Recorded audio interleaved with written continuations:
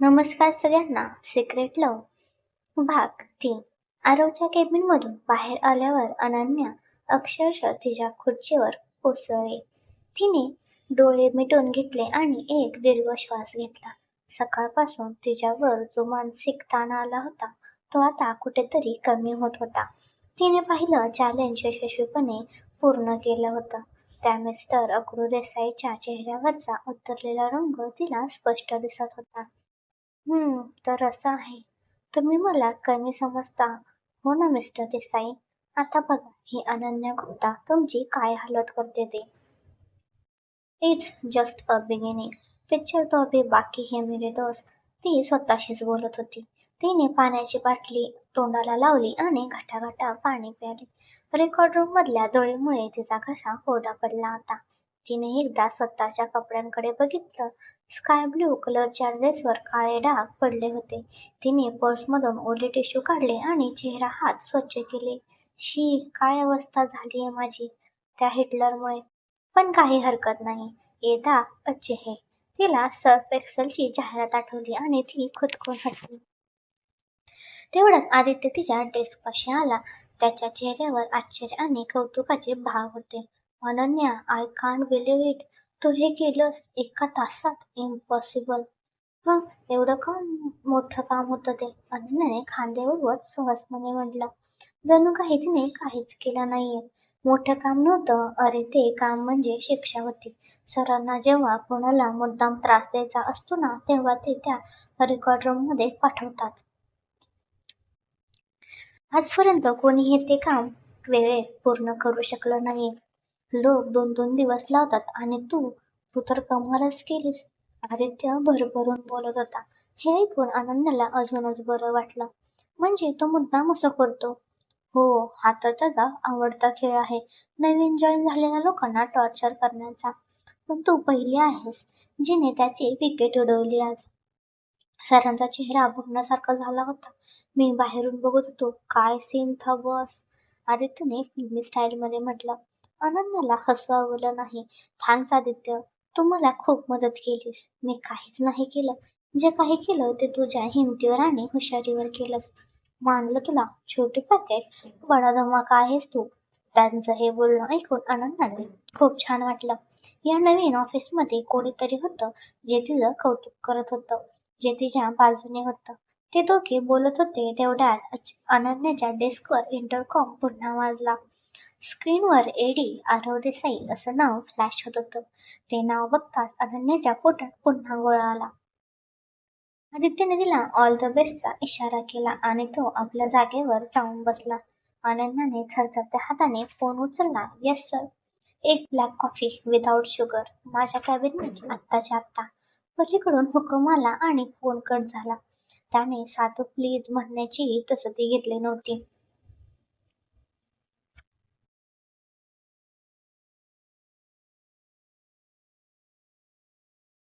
अरे वा, आता मला कॉफी पण बनवायची आहे. मी पी आहे की पिऊन? आनंदाला राग आला, पण ती काहीच बोलू शकली नाही. ती उठली आणि पॅन्ट्रीच्या दिशेने निघाली. तिने आजूबाजूला बघितलं. इथे कोणीही उठून स्वतःची कॉफी बनवत नव्हतं. सगळ्यांच्या डेस्कवर पिऊन कॉफी आणून देत होते. म्हणजे हा मुद्दाम मला त्रास देतोय. ठीक आहे, देते. अशी कॉफी देते ना की आयुष्यभर लक्षात ठेवा. ती पॅन्ट्रीमध्ये गेली. तिथे तिला कॉफी मशीन दिसली. तिने आजपर्यंत कधी कॉफी बनवली नव्हती. तिच्या घरी सगळे चहाप्रेमी होते. तिने मशीनवरची बटणं बघितली. तिला काहीच कळलं नव्हतं. हे देवा, आता काय करू? तिने मनातल्या मनात देवाला प्रार्थना केली. तेवढ्यात तिची नजर एका इन्स्ट्रक्शन मॅन्युअलवर पडली. तिने ते उचललं आणि पटापटा वाचायला लागली. Okay, so it's simple. तिने मशीनमध्ये पाणी टाकलं, कॉफी पावडर टाकली आणि स्ट्रॉंग ब्लॅकचं बटन दाबलं. गरमागरम कॉफी कपमध्ये पडू लागली. कॉफीचा सुगंध संपूर्ण पॅन्ट्रीमध्ये दरवळत होता. तिने कप उचलला आणि एका ट्रेमध्ये ठेवला. आता बघा मिस्टर देसाई, तुमची झोप कशी उडवते ती. ती एका स्माईलसह त्यांच्या केबिनच्या दिशेने निघाली. तिने दार न वाजवताच थेट आत प्रवेश केला. आरव लॅपटॉपमध्ये डोकं खुपसून बसलेला होता. अनन्याच्या अशा अचानक आत येण्याने तो दचकला. त्याने तिच्याकडे रागाने बघितलं. मी आत यायची परवानगी दिली का तुम्हाला? तो ओरडला. सॉरी सर, पण तुम्हीच म्हणालात ना आत्ताच्या आता, म्हणून मला वाटलं की वेळ वाया घालवू नये. अनन्याने अत्यंत इनोसेंट चेहरा करत म्हटलं. आरव तिच्याकडे बघतच राहिला. त्याच्याकडे तिच्या या उत्तरावर काहीच बोलण्यासारखं नव्हतं. अनन्याने कॉफीचा कप त्याच्या टेबलवर ठेवला. सर, तुमची ब्लॅक कॉफी विदाउट शुगर. आरवने कप उचलला आणि एक घोट घेतला. कॉफीचा घोट घेताच त्याचे डोळे विस्फारले. तो खाडकन जागेवर उठला आणि बेसिनकडे धावला. तो फुंकू लागला. त्याचा चेहरा रागाने आणि कॉफीच्या गडगडाने लाल झाला होता. अनन्या तिथेच उभी होती. तिला आतून प्रचंड हसू येत होतं, पण तिने चेहऱ्यावर प्रचंड काळजीचे भाव आणले होते. सर, काय झालं? कॉफी चांगली नाहीये का? आरवने नळ सुरू केला आणि तोंड धुवायला लागला. तोंड धुतल्यावर तो तिच्याकडे वळला. त्याचे डोळे रागाने लाल झाले होते. जणू काही तो तिला कच्चं खाऊन टाकेल का काय टाकलं होतं. काय टाकलं होतंस तू या कॉफीमध्ये? तो ओरडला. काही नाही सर, फक्त कॉफी पावडर आणि पाणी. अनन्याने घाबरल्याचा नाटक करत म्हणलं. तुम्ही म्हणालात स्ट्रॉंग पाहिजे म्हणून मी थोडी जास्त टाकली. थोडी जास्त? अगं तू अख्खा डबा रिकामा केलास की काय? इतकी कडू कॉफी मी आजपर्यंत प्यायलो नाही. तुला साधं एक कॉफी बनवता येत नाही आणि आली मोठी एमडीची पीए बनायला. तो तिच्यावर प्रचंड ओरडत होता. सॉरी सर, माझी चूक झाली. खरं तर मी आजपर्यंत कधी कॉफी बनवली नाहीये. आमच्या घरी सगळे चहा पितात. अनन्याने रडवेला चेहरा करत म्हटलं. तिचा तो निरागस चेहरा आणि रडवेले डोळे बघून आरवचा राग थोडा शांत झाला. त्याला क्षणभर वाईट वाटलं. ओ, म्हणजे हिला कॉफी बनवता येत नाही आणि मी उगाच तिच्यावर ओरडलो. ठीक आहे, ठीक आहे. रडायची काही गरज नाही. जा आणि पुढच्या वेळेस नीट बनव. तो थोडा शांत होत म्हणाला.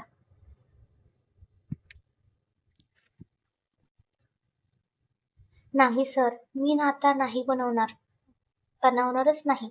माझ्यामुळे तुमची तब्येत बिघडली असती तर मला नाही जमणार हे काम.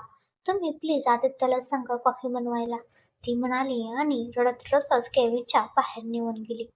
आरव तिथे स्तब्ध उभा होता. त्याला कळतच नव्हतं की काय झालं. तो कन्फ्यूज झाला होता. अनन्या केबिनच्या बाहेर आली आणि तिने आपले अश्रू पुसले. तिच्या चेहऱ्यावर आता दुःखाऐवजी विजयाचं हास्य होतं. ए होईना बात, टिट फॉर टॅट. आता मागून बघा परत कॉफी. कमी नाही. ती तिच्या डेस्कवर येऊन बसली. आदित्यने तिच्याकडे प्रश्नार्थक नजरेने बघितला. अनन्याने त्याला डोळा मारला. आदित्यला काहीतरी गडबड असल्याचा अंदाज आला. दुपारी लंच ब्रेक झाला. सगळे कर्मचारी कॅन्टीनच्या दिशेने जाऊ लागले. आदित्य अनन्याच्या डेस्कपाशी आला.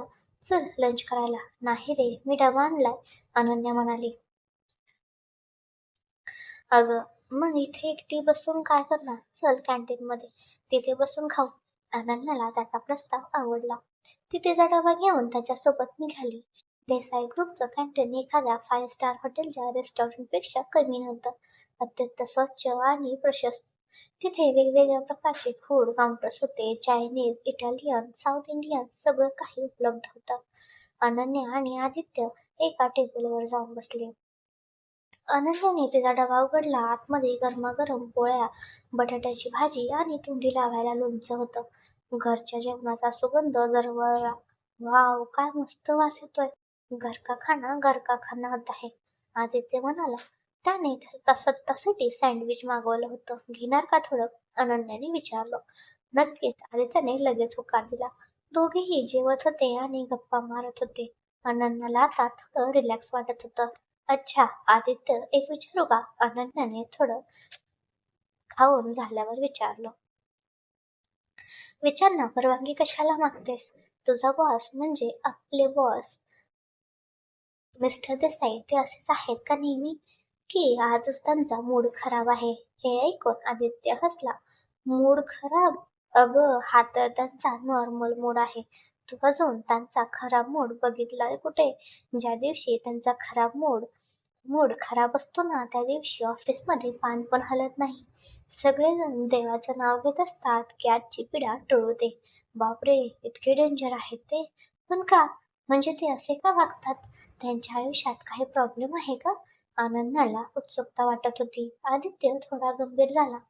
प्रॉब्लेम त्यांच्या आयुष्यात प्रॉब्लेमचा डोंगर आहे अनन्या. तू त्यांना बाहेरून बघतेस एक यशस्वी श्रीमंत उद्योगपती, पण आतून ते खूप एकटे आहेत.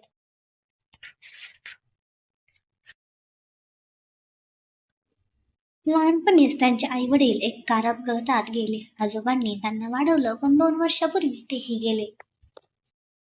तेव्हापासून ते पूर्णपणे एकटे पडले आहेत. हे एवढं मोठं साम्राज्य, एवढा पैसा, पण प्रेम करायला, काळजी घ्यायला कोणीच नाहीये. कदाचित म्हणून ते असे वागत असतील. लोकांना स्वतःपासून दूर ठेवत असतील. कारण त्यांना भीती वाटत असेल की पुन्हा कोणीतरी त्यांना सोडून जाईल. आदित्यचं बोलणं ऐकून अनन्या स्तब्ध झाली. तिला आरोबद्दल जे काही वाटत होतं तो सगळा राग, ती सगळी चीड कुठल्या कुठे पळून गेली. तिला आता त्याची दया येत होती.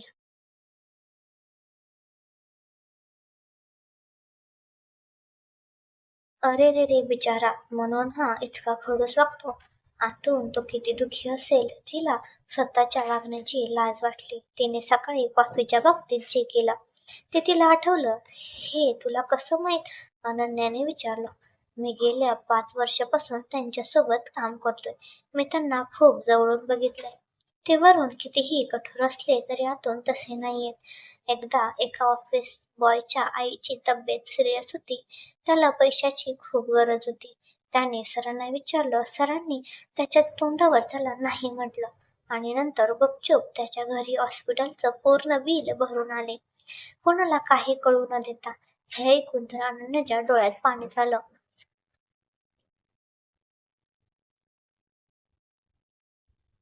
म्हणजे हा माणूस वरून नारळासारखा कडक आणि आतून खोबऱ्यासारखा मऊ आहे तर अँग्री यंग मॅन आहे हा. पण दिलवाला. तिला शाहरुख खानचा डायलॉग आठवला. तिच्या मनात आरोबद्दलची प्रतिमा पूर्णपणे बदलून गेली होती. आता तिला त्याच्याबद्दलचा राग नाही तर एक प्रकारची सहानुभूती वाटत होती. लंच ब्रेक संपला आणि सगळे आपापल्या कामाला लागले. अनन्या तिच्या डेस्कवर बसून काम करत होती पण तिचं लक्ष कामात लागत नव्हतं. तिच्या डोक्यात सतत आरवचेच विचार येत होते. तेवढ्यात केबिनमधून आरवच्या ओरडण्याचा आवाज आला. तो कोणावर तरी फोनवर प्रचंड चिडला होता. What do you mean the deal is cancelled? तुम्हाला कल्पना आहे का तुम्ही काय बोलताय ते? ही देसाई ग्रुपच्या प्रतिष्ठेची गोष्ट आहे. मी काहीही ऐकून घेणार नाही. मला ते डील पाहिजे म्हणजे पाहिजे. That's it. त्याने रागाने फोन आपटला.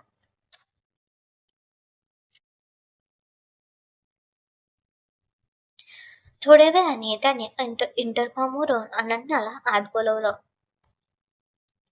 अनन्या भीतभीतच आत गेली. आरव खूप टेन्शनमध्ये दिसत होता. तो केबिनमध्ये इकडून तिकडे फेऱ्या मारत होता. सर, काही प्रॉब्लेम आहे का? अनन्याने काळजीने विचारलं. आरव तिच्यावर ओरडला. तुम्हाला काही काम नाहीये का? दुसऱ्याच्या कामात नाखुपसायला आला तिथे. अनन्याला त्याच्या बोलण्याचं वाईट वाटलं नाही कारण तिला माहित होतं की तो टेन्शनमध्ये आहे. सॉरी सर, ती शांतपणे म्हणाली. लुक, मिस्टर शर्मासोबतची आपली डील होती ती कॅन्सल केलीये. त्यांना आपल्याला प्रतिस्पर्धी कंपनीने सिंघानिया यांनी जास्त चांगलं कोटेशन दिलंय आणि उद्या सकाळीच त्यांची फायनल मीटिंग आहे. आरवने टेन्शनमध्ये सगळं काही तिला सांगितलं. सर, मग आपण त्यांना त्यापेक्षा चांगलं कोटेशन देऊ शकतो की? अनन्याने उपाय सुचवला. It's not that easy. त्याने आपल्याला भेटायला नकार दिलाय. ते आपला फोनही उचलत नाहीयेत. सर, जर तुम्हाला काही वाटणार नसेल तर मी एक प्रयत्न करून बघू का? अनन्याने भीतभीतच विचारलं. आरवने तिच्याकडे आश्चर्याने बघितलं. तुम्ही तुम्ही काय करणार आहात? सर, माझ्याकडे एक आयडिया आहे. पण त्यासाठी तुम्हाला माझ्यावर विश्वास ठेवावा लागेल. तिच्या डोळ्यात एक वेगळीच चमक होती. आरव तिच्याकडे बघत होता. त्याला काय करावं हेच कळत नव्हतं. पण त्याच्याकडे दुसरा काही पर्यायही नव्हता. ठीक आहे, काय आयडिया आहे तुमची? अनन्याने त्याला तिचा प्लॅन सांगितला. तिचा प्लॅन ऐकून आरव अवाक झाला. काय मुलगी आहे ही? किती वेगळा विचार करते. आर यू शुअर हे वर्क करेल? आरवने शंकेने विचारलं.